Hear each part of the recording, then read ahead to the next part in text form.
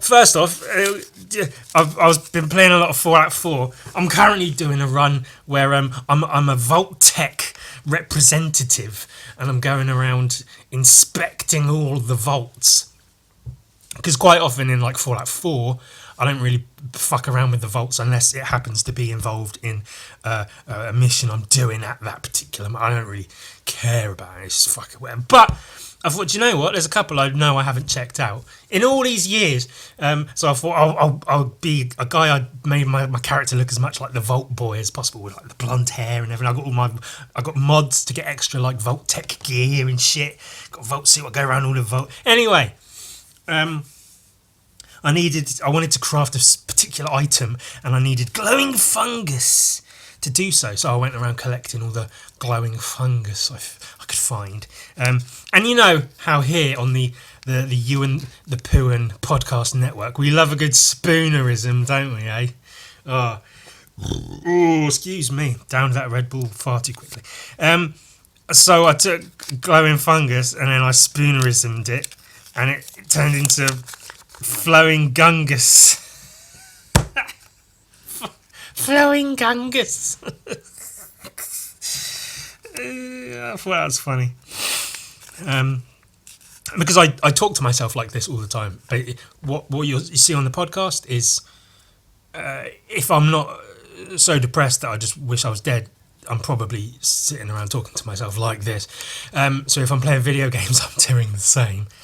And then whenever I see super mutants, I go, super mutants? More like stupid mutants every time. Every time I see them. Oh, there's some stupid mutants around. Or there's raiders, and then there's a few different like kinds of raiders, and one of them is Raider Scum. Whenever I see them, I say, Raiders come. Ugh.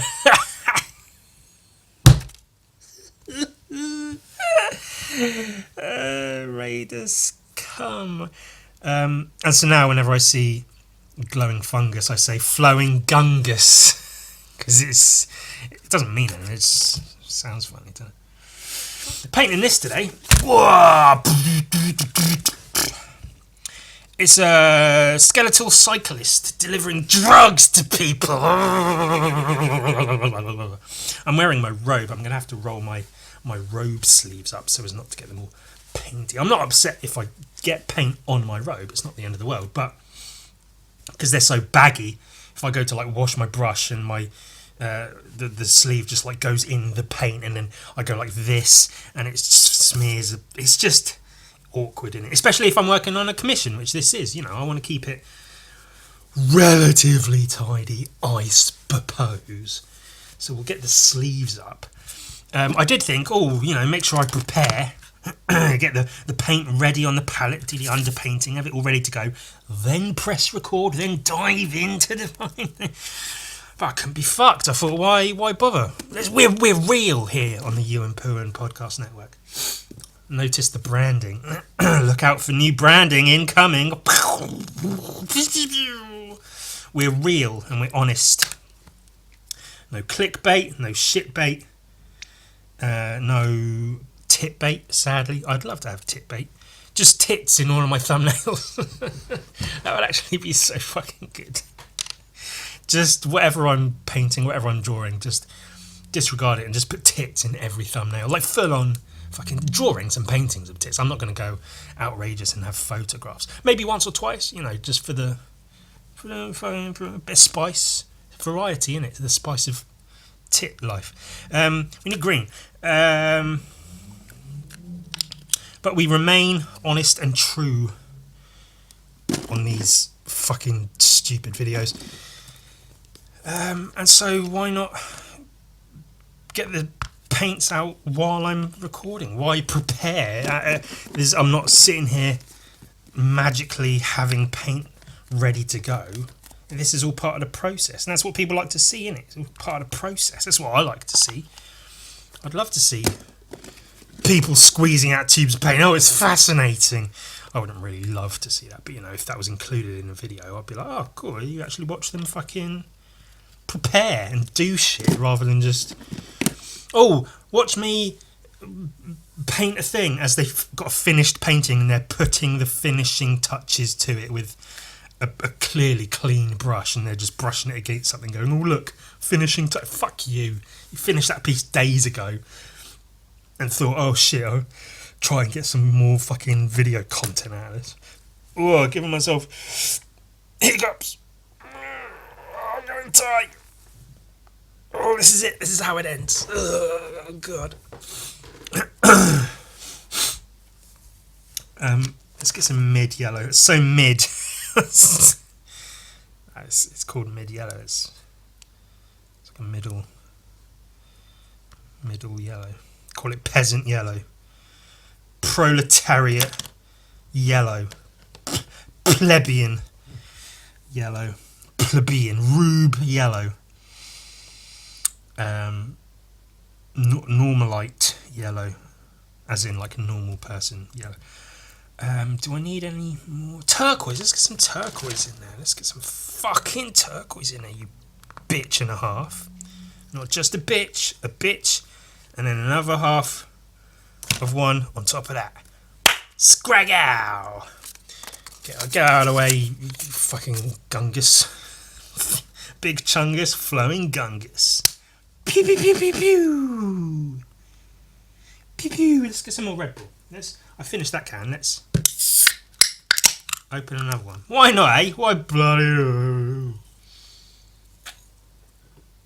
I'm just scared of. I was going to say dying. I'm scared of carrying on existing. This is a brush. This is a Winsor and. Oh, I didn't realise I was buying Winsor and Newton shit. It was the only ones they had available. They've run out, or they've stopped restocking all the individual brushes. In the WH Smith store, if I go to the actual art store, I'm sure there's plenty in there, but they cost fucking 15 quid for a single brush. Fuck you. I know they're good quality brushes and all, and you do have to pay for good quality shit if you want it, but come on. Brushes are one of the most expensive fucking art tools. As one of those things you find out on your own. No one ever says when you like ask questions about art or artists and shit, when you're getting into it and trying to learn shit.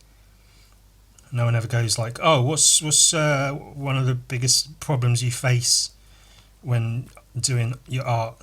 The cost of fucking brushes. Fucking insane. Do you know Ron English? The guy who he's painted a lot.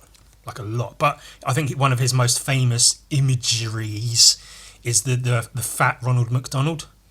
He did that for the Super Size Me. I didn't know if he did it for the Super Size Me documentary, but he did like a fat Ronald McDonald funny painting. He's a very, very famous painter, very, very good painter. Apparently, he goes through hundreds of dollars worth of brushes weekly.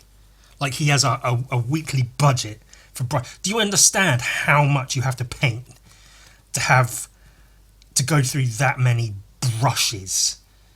Like not just paint, but brushes weekly. That's fucking insane. But I say that could be like 2 brushes because they're so fucking expensive. Do you know what I hate? I hate how over here, you know, it's like football season. There's like football going on, I guess. Apparently, I don't know if there's a particular league or tournament thing. I don't care because it's all fucking shit. Soccer, of course, that is for the international, by which I mean American viewers. And so now everything has football branding because it's the same as like Pride Month. Oh, let's stick a rainbow flag on it and then sell more. They do that with like football season. It's limited edition fucking this and football edition fucking that. Wow, let's stick that all over everything. So I got my cereal bars. I like cereal bars. They're just a convenient little snack.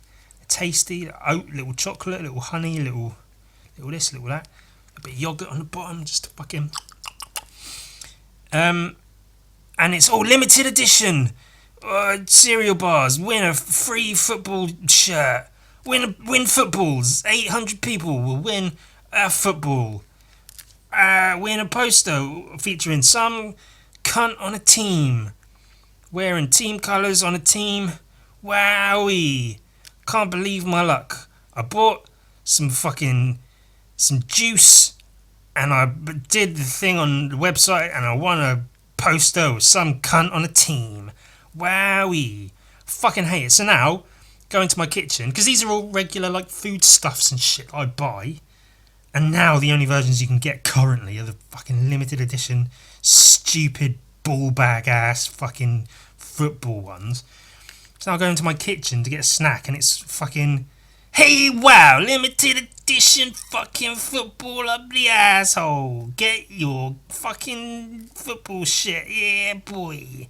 Fucking hate it so much. Because I fucking hate football.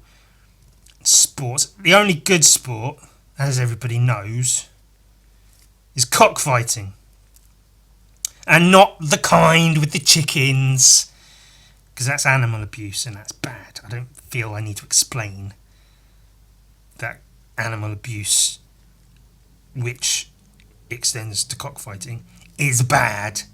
The cockfighting I'm talking about, which is the best sport and the only good sport in the world, is when you get you and another person, two people with penises, and you whip them out and you just fucking whap them against each other, and you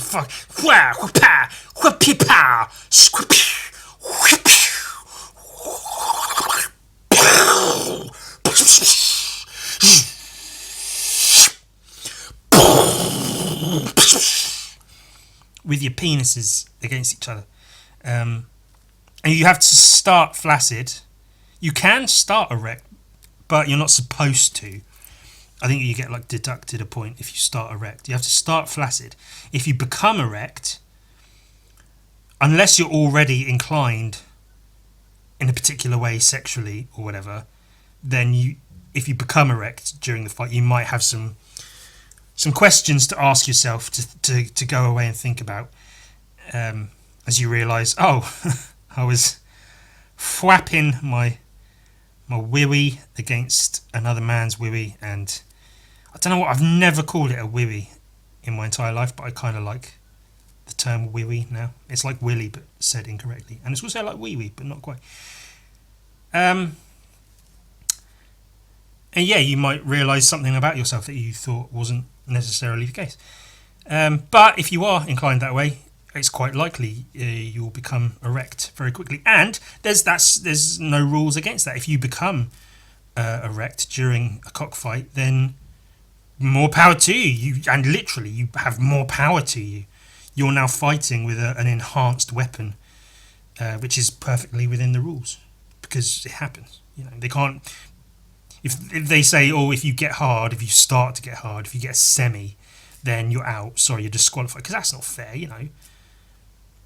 If it's something you just wake up and you got a fucking hard on, it's like it just happens sometimes. You fucking hug your nan for a little bit too long, you feel it sort of pulsing away, like it's about to jump up. Like, come on, not here. Not at the funeral of old Uncle Cedric. Let's, there's a time and a place. Let's be sensible about it. And that's the only good sport, is that cockfighting. By which I mean, I should do an illustrated guide to cockfighting, shouldn't I? And there should be like violent chickens on the front cover of it, and then you open it up and it's just men. Guys being dudes. What's better than this? Guys being dudes. That's the real meaning of guys being dudes. It's men whipping and thwapping their Johnsons against each other. I'm gonna have look at this. Let's see. Fucking. I say this once. I say it again. I've said it once. I'll say it 1,000 more times. You don't paint as hard as me if your brushes aren't falling apart in your hands. I have to Google. Why is Johnson used as a term for a penis? Johnson, meaning the penis, appears to be part of a group that uses a proper name, in this case based on John, to give a slang name to the male genitals. Others of the type include John Henry, John Thomas, John Willie, Master John, Goodfellow. John. Yeah, but why? What was the etymology of Johnson as a slang term? There we go. Anytime the word etymology is used, you know it's going to be good. But why? It's not. It's just saying, oh, people use a name for the.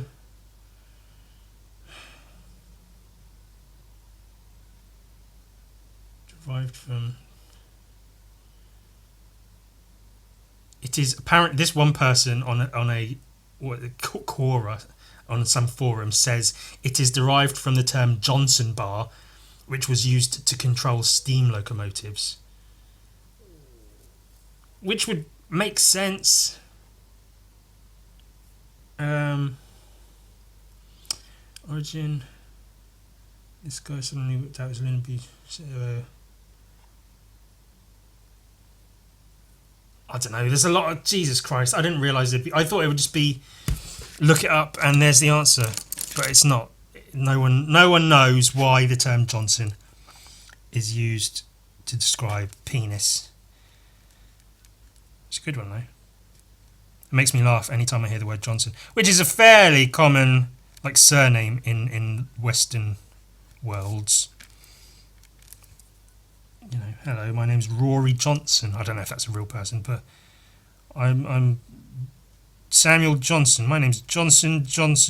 That's a company, isn't it? Johnson and fuckface. Penis. Your name's Penis. Hello, I'm Derek Johnson of the Southwestern Johnsons. The Southwestern Penises. Hello. You might as well say, hello, my name's Penis of the Penises. I don't know why the name Dick means Richard. I was going to say I don't know why the name Dick means penis. Almost fucked that one up. I don't know why the name Richard is shortened to Dick, because that's... Hello, my name's Dick Cockington. My name's Cock Penis Man. Hello, my name's Dick Ass Fart Box Ass Poo Penis. Oh, why did your parents... Because they were pieces of shit, that's why. My parents named me Dick Face McBallbag because they're absolute fucking wankers. They thought they were being funny, and then they ruined my life. Right from the start of my life as well. Not like when I was 11, they turned my whole life upside down and they ruined it. No, from the very moment I was born, I was destined for absolute shititude. Absolute garbage shitness because of my ass fuck parents naming me Dick. Hello, I'm Dick. Yeah, you are. Penis. Imagine that. Can you imagine? Do you know what else I hate? I hate people who... I meant to go on this rant earlier, but I do now because it doesn't matter. I hate people who think their thing is the most important thing in the world. I listened to some comedian. I know which comedian it was. I'm just going to say some comedian because it doesn't matter. Because fuck him. I'm going to give him more publicity on my tiny little podcast, getting a handful of views. That's not the point. The point is fuck them because they're stupid and I can't. But they were saying how important comedy is. People need comedy and that they need it. And as a comedian, that it's my job to deliver that to people, to give people what they need as a distraction from hard times, and they need laughter in their lives, and I'm the person that's blessed with the ability to do it, and so people need me. I'm relevant. I have to be relevant, otherwise what have I wasted my life doing? And that's just one example, because it's the same as I've heard people describe tattooing as the most pure, not the most purest, as the purest form of artwork, or certain people saying, for instance, metal is the purest form of music. And all of these... I heard someone also say sculpture was the most pure form of art. And I just... Can you all just fucking shut up? Nothing's important. Nothing any of you do is important. art is important to people who do it. That's like, if people enjoy art, even if they don't do it, sure, they can enjoy it, but I think art's most important. And I say this without it necessarily having any evidence or even possibly being true. I'm just saying words. But it's you know, fuck it, I hate it so much when people do that shit. Oh, it's the purest form of art. It's the most important thing. Art's the most important thing in the world. Art is important, but like,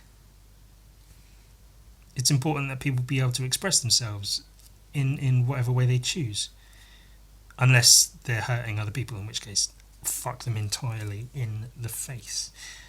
Unless they enjoy that, in which case, don't ever fuck them ever. I just, it annoys me. It's also, not always, but very often, rich people saying how important they are because of that one particular thing they do. Well, art's so important, man, because... Oh, is it? Wow, brilliant. Yeah, fucking shut up. And if we're talking pure,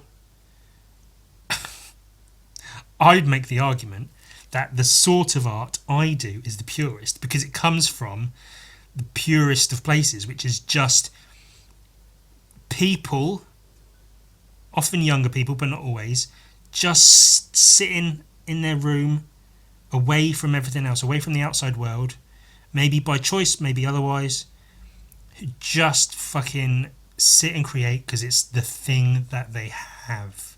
It's what they've got in their life, is drawing and shit. And that's the purest form of art. Or if it's sculpture, or fucking making music, or pottery, I don't know, whatever you do, the purest form of that is just people doing it. There is no purest medium. There is art just being made for the sake of art being made is the purest form of it. Not fucking content online to appease fucking cunts online. Because they don't matter. You matter. You should be the audience of your own art first. And everyone else can eat dicks. I stumbled on saying that because, again, eating dicks might be an absolute pleasure for some people. I might be quite partial to a bit of dick eating myself, but you can't, and shouldn't, won't all be. Fuck off. I was looking at my bookshelves earlier, and I was trying to think, like, oh fuck, what I don't have any new like books or comics to look through. Like, what the fuck am I gonna do for the now famous art book section of the podcast? Like, what are we gonna do? What are we gonna look at? And then, I mean, I sort of almost randomly started recording, of just like, I'll just record now because it seems a good time. I've got down some Red Bull, I got some energy, let's do it now. And I sat down recording without really having a plan of what to look at for an art book. And then I fucking realised, fucking dummy dum-dum over here. I mean...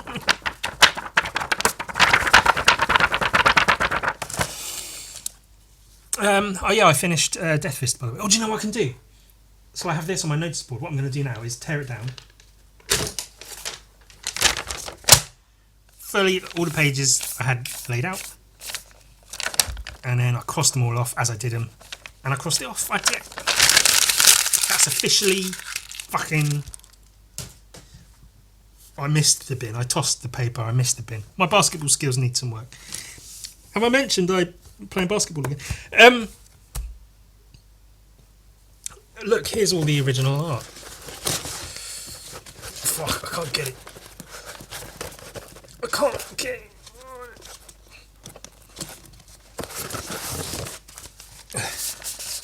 That's Death Fist. Boy, is my energy dip. Jeez. That's fucking just. But we're not looking at original art today. We're looking at a comic book. I only have these 3 issues at the moment because these are the the testes. I'm the tester, and these are the testes. These are my testes. I've taken orders, and now I know roughly how many to get printed, plus extra that I can afford to get printed. So I'll be doing that this week. This is early in the week that I'm recording this, so I do have time to get to it. But it's here. It's fucking finished. I did it. This is, as it says, volume 1 of 2. If you've been keeping up with the whole thing, you may be aware that the plan is for it to be in 2 parts. The full story in 2 parts. This is part 1. Lord knows when I'll get around to doing part 2. But for now, and this is a pretty good sort of fairly enclosed story within the fucking thing. I'm going to look through it. I'll try not to give spoilers. I mean, there's not too much I can spoil that I haven't already shown off in terms of doing the artwork and shit.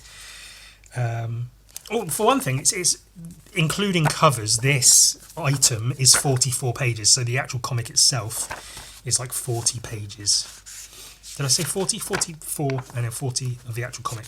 And it's quite a chunky fucking thing, and it does have a little bit of weight to it. I already made a video talking about it. You've fucking probably seen it, I don't know. I'm really happy with it. I really am. I like it. I mean, it's got like a back cover artwork. That's really cool, isn't it? Little smoking guy there. Because people might pick this up because it might be on the shelf of some of the shops. We'll have to look into that. And people might see it and be like, Death Fist, that's kind of cool. I was really happy with the cover as well. I spent half a day doing sketches of like how should the cover be, because I wanted to show. I thought about having like the skull and then the fist, like and then the thing. But then if I have the fist like this, then he is kind of like off to the side a bit too much, and I could kind of get him angled, but it didn't really work. And there was a few I had the back of the fist, but if I draw the back of the fist being all big and bulbous, without context, you can't necessarily tell it's a hand because it just looks like a weird fucking shape. So I needed his like fingers and thumb to be visible.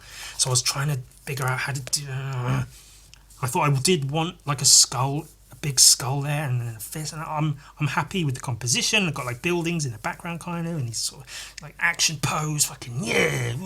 And I do feel like if this is on a shelf, you're gonna notice it. It's gonna stand out. It might even stand out with the fact that it's grey, because everyone tries to, not necessarily everyone, but people want their comics to stand out, so they make them bright and colourful. And I think amongst that, a nice grey tone piece could stand out. I don't know. But that's, you see that, Death Fist, big fist and a skull, and like, oh, cool. Let me pick that up and look at it. You see this? Oh, that guy looks cool. I wonder what this comic's about. And you flip through and you go like, oh, there's a hot dog guy. There's a little guy with a hot dogs. Feels like so long ago that I was doing this. I mean, it was literally last year that I got these pages done and I put out the teaser, the 8-page teaser. This seems like fucking forever ago now. I really should start putting dates on my stuff for when it's done, because now, like, I cannot remember. Like, I know it's 2023, but I can't remember like what month or whatever. But I was speaking to someone about this recently, about how almost every time you do a comic book, you develop your drawings of the characters throughout the thing. So unless you're careful about it, the drawings change, and they really have, because that's Death Fist right when I like first started doing the comic. And let's see if there's a good picture of him.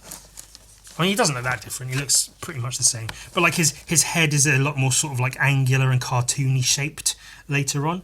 And his poncho, I got a lot better at drawing his poncho later into the comic too. I got much better at doing the creases and folds of his poncho. Whereas here, it's very sort of like impressionistic, just kind of angular lines and stuff going, yeah, that'll do. That looks poncho enough, it's fine. So part of me does want to go back and like redo, just like cut out on paper a new poncho and stick it on, and then like white out the bits around it and redraw it and stuff, just to be like, this is how it should look. But I like that as a drawing. I think I like the shadow here. I like the scribbly leg and scribbly legs, really. And the pose is cool. The hat comes. I like that. I mean, it's good. Aren't I good? Didn't I do well? Me good, aren't me good? And then sometimes his arm has loads of veins and sometimes it doesn't. And as is usually the case with my comics, I almost never reference previous pages when doing other pages. So I might change a detail because it's just in my head, like, oh, it looks like this, and then I look back and I'm like, oh no, it's supposed to look like that. So yes, sometimes he's got veins on his arm, and sometimes it's like this when it's in motion. Drawing all the veins and shit isn't really, not that it's not appropriate to draw the veins, but it takes away from the sort of the motion if you stay to stick in all those details. It becomes too laboured, and it's all about this boodish. It's not about the fiddly diddly diddly diddly dee. You get it. Still, I think that's still one of my favourite Death Fist pictures here. That pose is cool. The fist is punching a guy into the ground. I somewhat replicated that towards the end because, as you know, he will punch the guy into hell. And this is actually a cutout put onto top of the original art because I wasn't sure. It felt like it needed it. It needed an in between him punching and then Valentino falling into hell. So I drew this little like. It's this panel, but it's again. But I prefer this one. This one feels a lot sort of more natural, a lot better than this. But that's just how it goes sometimes. I like that as well. That pose where he's got the leg up, and that's a fucking swing, and then he goes wah wah, punches that cunt down into hell where he belongs. The bastard. Duotone dots added digitally. There's a bit here I forgot to put them in here. There's a little white space where I forgot to put them in. Ah, calling me out there, isn't it? Ooh. I really like this drawing of Valentino, and Valentino changed here and there as well throughout the book. Because again, I don't have like model sheets where you have like the character from the front, side, and back, and like a few notes on them to reference whenever you're drawing it. Like sensible people do, like animators and stuff will have that. Like because everything has to be on model, so they have to refer to the model sheet. I don't have that. I just draw them, and if they look different in the next page or the next panel or the next whatever, then so be it. And so that was the end of the 8 pages I originally did, and there was quite a lot of time between this one and this one, and so almost straight away, like, Valentino looks pretty different, his hair looks a bit different, his body. I really liked this page. I liked this vaulting over the car pose, the movement, it's all going forwards. The whole thing is basically one long chase. With a couple of, they stop here and there. He screeches to a halt with the truck drives in front of him. And whenever I do shit like this, I'm always worried, like, oh no, this is going to get cut off here. Oh, you're not going to be able to see the cat, or you're not going to be able to see this. And like, nah, it's all right. Because the problem there is that I don't format my page layouts or sizes. I just do it on an A4 page.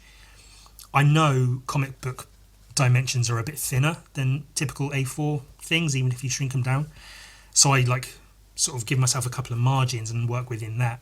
But even then, when I resize it to like a comic book size, there's bits that clip off the sides here and there. But it's rarely that bad. And I mean, if you're putting the comic together, if you just keep in mind, keep all the action sort of relatively central, then you'll probably be okay. I like this. I like drawing Valentino's face. It's quite Jokerish. He's got a fairly long and thin face. So like when he grins, it's quite a Jokerish sort of grin. And I gave him the plaster on his nose. He was supposed to have like plasters on his fingers and stuff and like cuts and bruises all over him. But it got to the point where I was going to be fucked to draw them all the time. But the plaster on the nose is quite a distinctive thing, which helps if I draw the character off model. As long as he's got like the plaster on his nose and his sort of white guy dreadlocks, then you can tell it's him. That's what's important, I feel. I quite liked this as well. The little there was nothing here on the original artwork. This was just blank, and then the text was added. I drew it and then scanned it separately and added it in digitally, and then I added these dots in also as like a little thing to give a bit of, fill up the space a bit. The bubbles going from here to here, and it's pretty cool. This works with the mirroring of the big and small, him and him. That works. That was planned out and that worked well. Happy with that. The eyes. And then the chase is back on. The leap, and his arms are out and the bird spreading its wings because there's a bird on the thing chilling on top of the truck as it's driving along. MF Doom reference there. He's got a Where's Wally hat. It's like Where's Wally in a crowd. It's funny. Still, I really like this bit. I think I'm really happy with that. The little because he's lost Valentino in the crowd. I do like drawing people sipping on straws, don't I? It's quite a good. That's a good thing to do if you're drawing like a crowd of people. Have someone sipping on a straw. It's a good sort of it adds a natural body movement to the crowd instead of having everyone just fucking stood there. Because there's, the Zach Ridley art I showed whenever, there's some of that. So he's lost him in the crowd and he's like, what am I going to do? What am I going to do? And he goes, aha, got an idea. And he looks over and he goes, right, if I can go onto there and here, up the lamppost, up the windows, on the thing, onto the roof. Then he's climbing up onto the roof. I still really like this. The poncho could use some work, but I really like this page. And I love the background characters in almost this whole comic. I'm really, really happy with it. There's a shop here called Feet. Love this. I'm really happy with this page. I like the crowd in the background. This Death Fist is really fucking cool. The hand's cool with all the tendons. It's really chunky and shit. I love that. I love the teeth showing in the hood. I love this. Thick outlines for the foreground, the heavy foreground of Valentino's hand and leg and foot. I really like how I drew this. Not to suck my own dick too much, but I did really well there. Little dog in the background, the woman and stuff. The rat is really, really cool. That's a cool little rat drawing.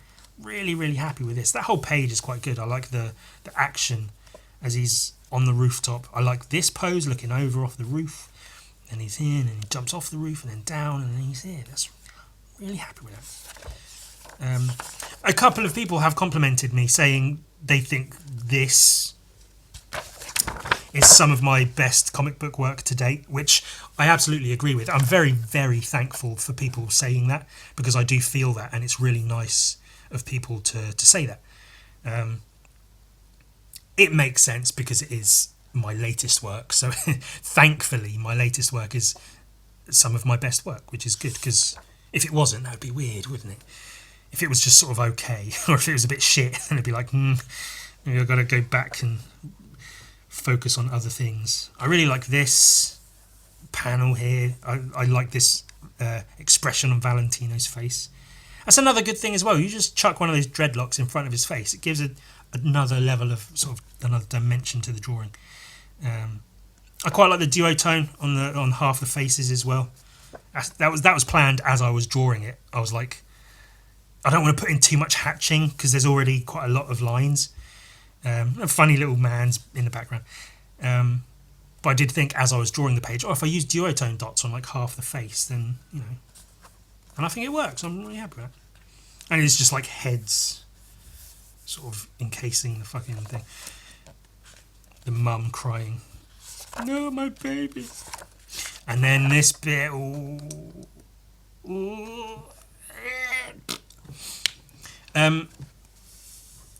I'm still figuring out. I think, depending on how I do it, the next half of the story may be shorter than the first half. So it might make sense to, because this is where he falls into the inky pit and then rises up out of another one to punch the guy from behind.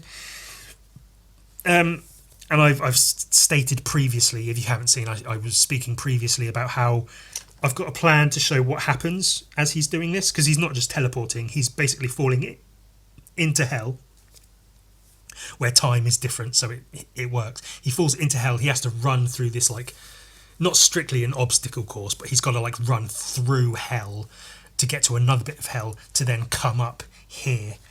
So he's not just teleporting, he's going down into hell, travelling through hell, and then coming up again.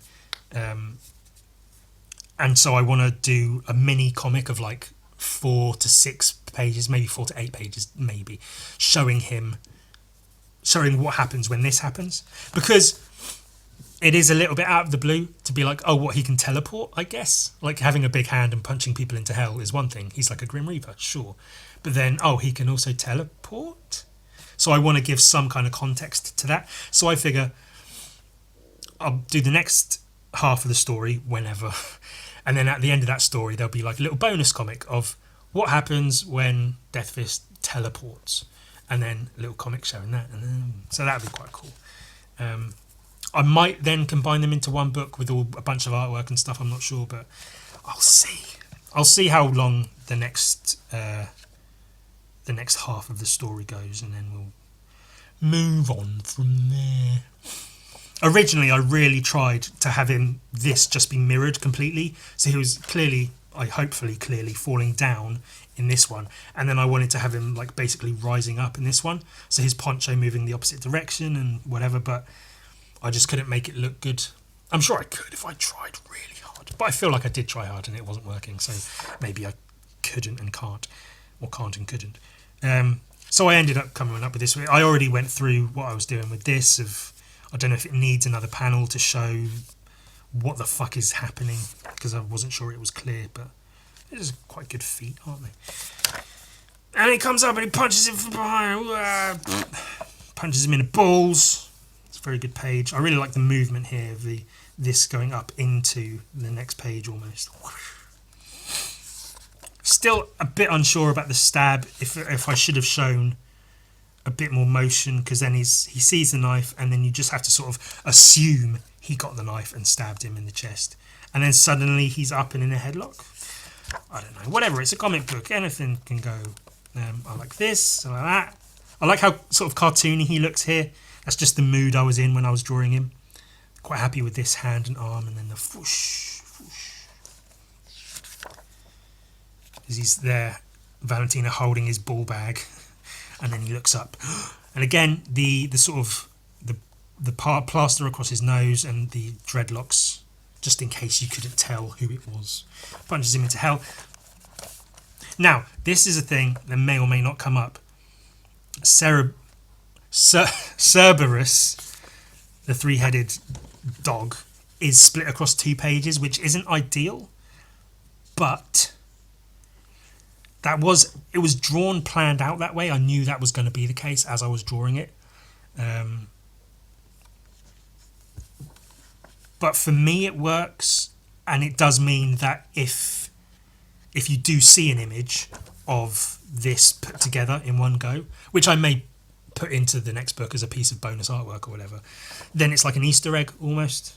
Like for now, you have to like sort of do this, and you can see this half and you can see this half, and you know what's going on, but then you can't see it together unless you buy 2 copies of the book. So then if you do see those 2 pages together, then it's like an Easter egg, and it's a little bonus thing to see, which was not the plan, but it just sort of works out that way. People falling into hell, people burning in hell, a river of tortured souls, harpies lifting bodies up and pulling them out, more harpies, people falling deeper into hell, and then people who have turned into trees having their parts bitten off by harpies and shit.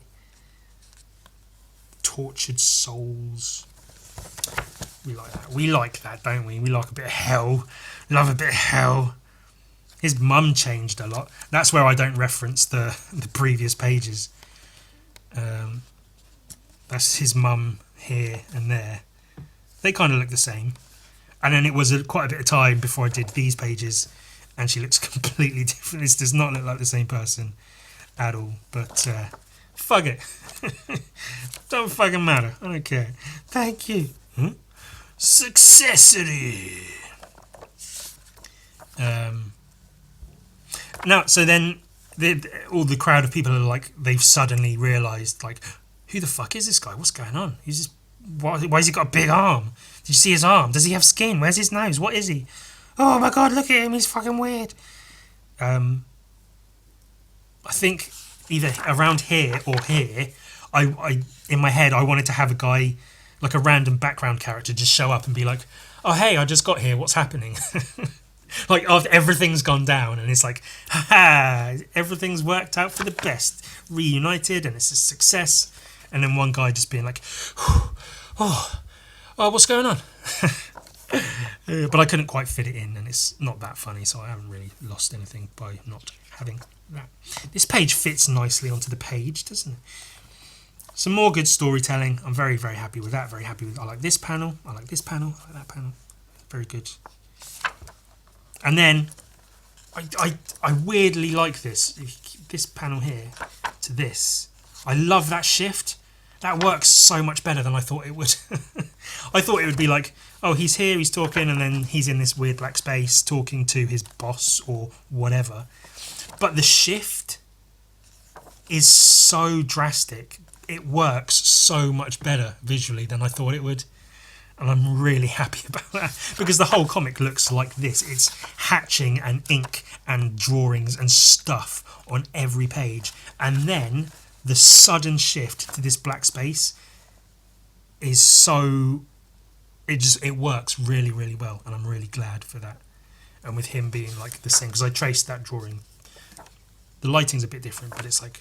Boom. And then this page, I did do the demons. I don't know how happy I am with them just being these weird black shapes, but I think I explained how I tried to do them with like hatching and stuff. Like drawn demon faces with hatching and whatever. And then I superimposed them onto this drawing. But they got lost because, again, there's too much hatching. That the hatching on these faces doesn't stand out enough as demonic faces. So I actually used brush and ink to do these quite broad strokes of ink with white like eyes and stuff, and that's like drastic enough that they do stand out. And then there's text saying there are still people out there, there are still demons, still souls in need of retribution, still work to be done. Some of these are based on real people. That's Lobster Robin. There you go. If he watches this episode, if he sees this comic, that's him. That's me. That's me. I've got a little Flesh Bob toy. It's funny, isn't it? That's someone else, but that will become apparent later on. And then that's... I don't know how obvious it is. I think it's obvious enough. Look, there's a guy giving the middle thing. He's quietly like, fuck you. That was quite a fun one to draw, actually. Just a bunch of random people. And then on a drawing board, books, mug, pens and shit, post-it notes. This is actually, I used this post-it note on this page to figure out how many pages I need for like going to the printer, because it came to 38 pages, which divided by 4 wasn't enough, so I had to add a couple more pages. So that's why you've got just a couple of random drawings in there. But yeah, this will lead into the second half of the story. So that's a little like almost a teaser for the next half of the story, which is to be continued. And then just some older Death Fist drawings just to fill up some space. And then the callback cover. ewan.com, patreon.com/ewan. And there's a PDF of this for $1 if you want it. I mean, it's $1 to sign up at minimum, or more if you like. And there's a PDF of this. Or you go to ewan.com to just buy a copy, and I'll fucking... This fucking guy right here is looking a bit more yellowy than I'd originally planned. And I did squeeze out this turquoise paint, so let's fucking use some of that shit. Let's go a bit. Let's go some darkish turquoise. That's what I call turquoise. I don't call it turquoise typically. Again, if I'm on my own talking to myself, or with other art heads who are in the know, who just sort of get it, the ones that just sort of get it, I'll call it coise. I'll go, oh, you should put some more coise there on that bit of your painting. You should use some more coise right there. And they go, what the fuck are you talking about? And I say, coise. You should use more coise. And they're like, what are you saying right now? I don't understand. It fucking cut off again. I was just talking about how hilarious I am for saying coise, and how people say I should shut up because they don't know what the fuck I'm talking about. I did that for about 10 minutes while I was painting the coise into the painting, and saying, coise is funny, and everyone's like, Ewan, what the fuck are you talking about? We love you, we love your penis, but shut up, you fucking motherless cur, you jackanape. It's a Fallout 4 reference. Well, it's not, Fallout 4 didn't, invent the word jackanape, but using it, I use the word jackanape in this regard as a direct reference to that bit in Fallout 4. If you've played Fallout 4, you know the bit with the have your tea back, you jackanapes. It's the tea bit quest in Fallout 4. The bit with the tea in Fallout 4, and you've got to get the tea, and you deliver the tea to the vault dwellers, and they're all like, "Oh yeah, thank you, Soul Survivor, for bringing us the tea in our time of need." It's the post-apocalypse, but it's about the little sort of the small pleasures in life that make everything okay. Like, the world's gone to shit, everything's destroyed, everything's irradiated, but we've got each other, and now thanks to this mysterious stranger, we've got some fucking tea as well. We don't have Johnson anymore. Johnson, that's a throwback. So we don't have him. We've got each other except Johnson, and we've got tea, because that's the bit in Fallout 4 where you get the tea, and that bit, the bit in Fallout 4, you get the tea. You're in the tea manufacturing plant, and then you take the tea, you kill all the raiders and shit, and you go, oh, let's get the tea back to the vault dwellers so they can have their tea. Oh yeah, you get the experience points and you level up from the tea. That bit in Fallout 4 with the tea, where you deliver the tea to the vault dwellers in Fallout 4. And it's a mission in Fallout 4. It's a quest, sorry. It's a quest. They call them quests. They shouldn't call them quests in Fallout. It makes sense in Skyrim. It makes sense to call them quests, because it's a fucking, avast ye, fucking warrior, knight, rogue, ranger, cleric. Those are all Dungeons and Dragons. Fucking orc warrior, Nord, penis man. Haha, yes, here's your quest. Go vanquish Red Eagle. Get Red Eagle's sword. Go put the sword in the fucking in the sheath bit in the rock thing, and it opens the cave, and you fucking fight the guy, you beat him up, take his sword, and then you win the day, you win the quest. That makes sense. It's a quest. Track down the guy who got lost in the ancient tomb. The quest of the lost horn of fucking Jürgen Blurgencaller. Do the quest. That makes sense. A quest it doesn't make sense in Fallout, because Fallout's like ostensibly somewhat present day-ish, sci-fi, somewhat futuristic, in the near future. It's kind of present day. You don't have quests, missions. If anything, your mission, should you choose to accept it, which you fucking will, otherwise what's the point in playing the game, is to fucking shoot the gun at the person, blow up the the airship. Hunt down the robot people who are impersonating regular people. Kill the fucking big green man. That's your mission. Calling them quests is weird. I don't like calling them quests in Fallout. Except for the one with the tea, where you've got to deliver the tea to the... You know, the bit in Fallout 4 with the tea, where you've got to get the tea from the place and then bring it to the people in the vault so they can have tea. At tea time. And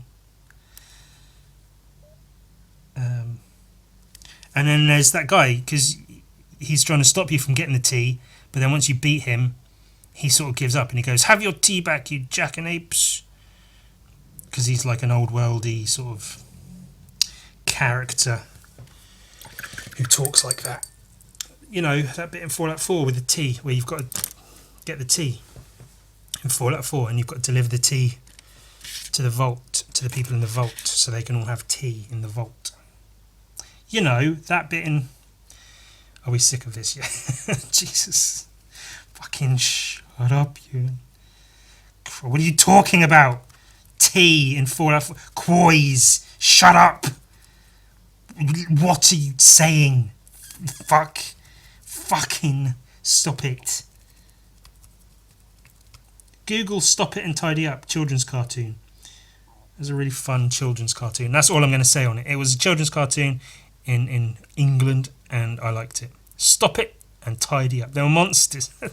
That's all I'm going to say about it. And they say, "Shut up, Ewan." They tell me to go outside and actually talk to people. Which really should be the case.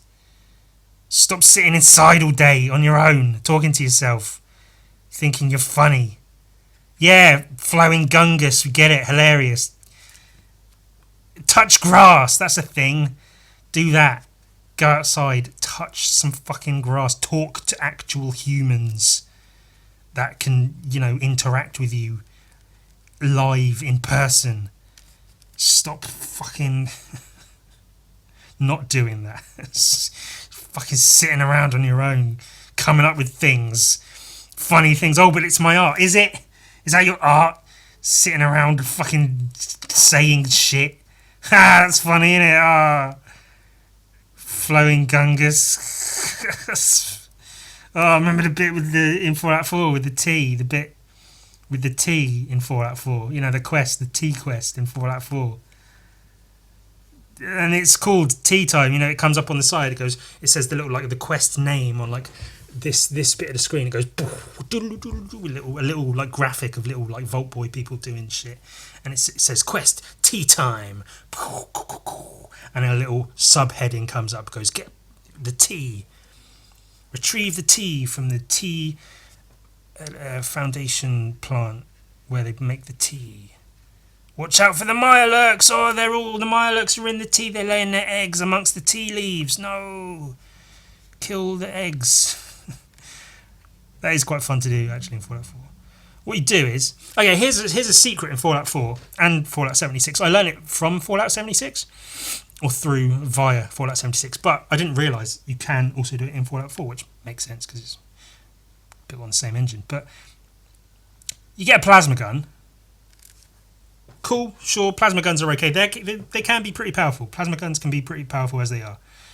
What you do is you mod it to have, and this is mods in the game, not mods that you have to, like, download or whatever. You mod a plasma gun, pistol, rifle, whatever, to have a flamer barrel. So it becomes a plasma thrower instead of a flamethrower, which is a shitty name, a plasma thrower.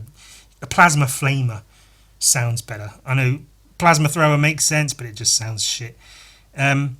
Flamer barrel, which delivers, like, whatever damage is. If it does like 37 damage, it delivers that like every fucking second that you're holding down the button, and it just goes just going damage. Give it the maximum capacitor you can give it, which just makes it do more damage. If you've got a rifle, when you're leveling up and you're getting perks and stuff, you give yourself all of the rifle perks, automatic rifle perks, and then energy. Put your experience points or your level perks, whatever, into energy weapons. So you get extra damage from the capacitor of the rifle, extra damage from the flamer just doing crazy damage anyway, extra damage for automatic rifle perks, extra damage from energy weapon perks. You will fuck things up with that weapon, I'm telling you. Like, craziest damage per second weapon in the game. Like, there are crazy weapons, like the pray and spray is just, the legendary weapons in that game are sort of overpowered to a degree. But this is a weapon you can just get, make, mod, and build within the game. And it's fucking ridiculous. You walk up to a Deathclaw and just go, and it's dead in seconds. Kill a super mutant in one press of the trigger. Just go, and a super mutant goes, if you've got the bloody mess perk, then they pop open. Or if you get a good kill, they gooify because it's a plasma weapon. They turn into a puddle of goo, and then you get nuclear material from that as well. So if you need nuclear material, which depending on what mods you've got installed, you can use to make plasma cartridges, it does go through plasma cartridges like a bitch. It tears through ammunition, but it's worth it if you just buy every fucking plasma cell you can find. And so then you go around with that, and you it's fun literally torching Mirelurk eggs, and they go pop pop pop pop pop. All the babies popping in their little eggs. It's a bit evil, but fuck them. They're hiding in the tea. How are you supposed to get the tea back if all the fucking shitty little Mirelurks are laying their dumb eggs in there? So yeah, that's if you play Fallout, if you're into Fallout 4 and you didn't already know that, chances are you did already know that, but I know personally I got into like actually doing stuff in Fallout 4 very late. I'd mostly just play it, just do the quests, missions, and just say like, oh, that's fun, whatever, like get a new weapon, get some stealth boys and whatever. But I didn't really fuck with modding weapons or building settlements. I don't really care. I was just like, I just want to run around and shoot things. I don't really give a shit about everything else. But as of somewhat recently, when I've actually taken some time to do more with what the game has to offer, I found out things like that. You can make a fucking plasma flamethrower, and it's the most insane weapon against everything. So there you go. There's tips, Fallout tips from me. Oh, brilliant. What did you learn today? Well, if you get a plasma rifle and it's a really good weapon. Do you know what else I hate? And I know I've spoken about this before, but I've seen more people doing it recently, and it just bugs the hell out of me. Just fucking rich fucking people that have had nothing but success necessarily, but like rich people living comfortable rich people lives, talking about like the importance of meditation and having a guide in life, and it's all about higher power and principles and fuck this and that, and it's very often it's sort of creative sorts, musicians, artists, whatever, go, oh, life was meaningless until I realised it's all about this higher power. So I spend this many hours a day meditating and doing this, and I really encourage everyone to try it because it's really important to Yeah, that's all well and good when you can literally you can go away for months at a time to some fucking retreat in the mountains and just meditate because you can afford to. Most people fucking can't. Most people can't. Like, sure, in any given day, any sort of working class people, you may be able to find some time to sit aside and meditate. But it's very likely that there just isn't fucking time. Someone like me, maybe I could. I have no inclination to. But for a lot of people, they might have like pets and kids and fucking multiple jobs, and they might have long commutes, all kinds of shit. They can't just fucking sit down and meditate and manifest what they want in life, and it will come to you if you sit down and believe the universe will bring you all the good things. You're one out of billions of people who got lucky and became successful in what you're doing. and now you're rich beyond most people's wildest imaginations, and you're telling about the importance of sitting and being mindful because that's where success comes from. That will bring you everything you need. Will it? Is that going to pay my rent and my bills? Being mindful? Shall I phone up my landlady when she texts me to say the rent hasn't been paid? The rent payment didn't go through today. Why? And I say, oh, well, I'm being really mindful, so I think if you just take a moment to think about what life has given you and what you've been blessed with, then I think you'll realise what's actually important. What's important is, can I eat today? Have I got enough food for the week? Of course, for these rich people, it doesn't matter, because they can pay someone to worry about whether or not there's food in their house. And a lot of them do. And fuck every fucking rich person. Like, once you become like comfortably wealthy, you should just shut up. Like, keep doing your art, make music, go on tour, paint, draw, make comics, make films, whatever it is. Keep doing that. Sure. But shut the fuck up. You are in a privileged position that you are lucky to be in. Sure, you put in the work to do your art. Somewhere along the way, you happen to have been the person that got popular, got famous, rather than some other people. Shut your fucking mouth.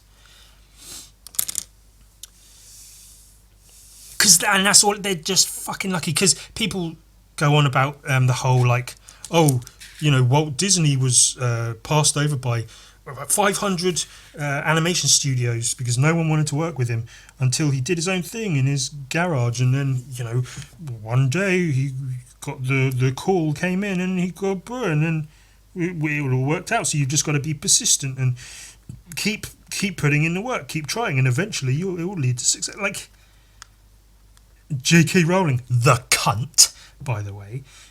She was rejected by every publisher she was taking Harry Potter to. No one wanted to, until someone took a chance on her, and they would do it, and now she's the most famous fucking cunt in the world. She's the most famous transphobe in the world. Yay, J.K. Rowling. Yay. For every person like that, for every wildly fortunate, lucky, wealthy person that has a story like that. I was turned down by every publisher. No studios wanted to work with me until one day. For every one of those, there's 500,000 people who can and are producing much more interesting works than those popular people, but just never make it. They don't get that final lucky call from the publisher or that email from the fucking record label. Because their work isn't like quite marketable, or it's not quite what the studio's looking for right now. J.K. Rowling wasn't like a prodigy. She wasn't this shining diamond in amongst, the rubble of whatever year Harry Potter fucking came out. She was just like, some publisher was like, I think there's room for something like this. Well, yeah, we'll see how it goes. It just happened. She happened to be the cunt there at the time. It's luck. She put in the work and she carried. That is an important part of it. You have to just keep doing the shit you're doing, but you have to be aware that the people who do get rich and famous from the shit are the fortunate ones. And I fucking hate that they act like they've got some insight into success. Oh, well, maybe if your work was more like this, or you did that. Maybe if you got up earlier every day. Maybe if you didn't drink so much coffee. Maybe if you fucking shut up. You've got your money, now fucking shut up. And I mean, actually, J.K. Rowling's a specifically good example of people who should just shut the fuck up. For all the garbage she talks now, the anti-trans fucking nonsense she peddles now. You're rich and famous beyond imagination. People, me, us, we. can barely comprehend your inordinate amounts of wealth that you have. You never need to do anything in your life. Or you can do anything you want in life. You can just fucking go anywhere and do anything you want. You have the resources to do that. So do it and shut up. But apparently what she wants to do is fucking say that trans women aren't women. They're not real women. They shouldn't be allowed in women's spaces because they're not real women. Absolute fucking piece of garbage. Fucking shut up.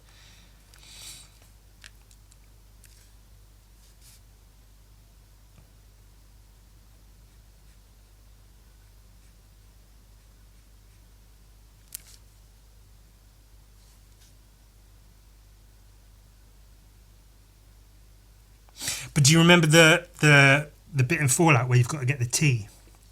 You know, where you've got to get the tea from the tea processing plant and then deliver it to the vault.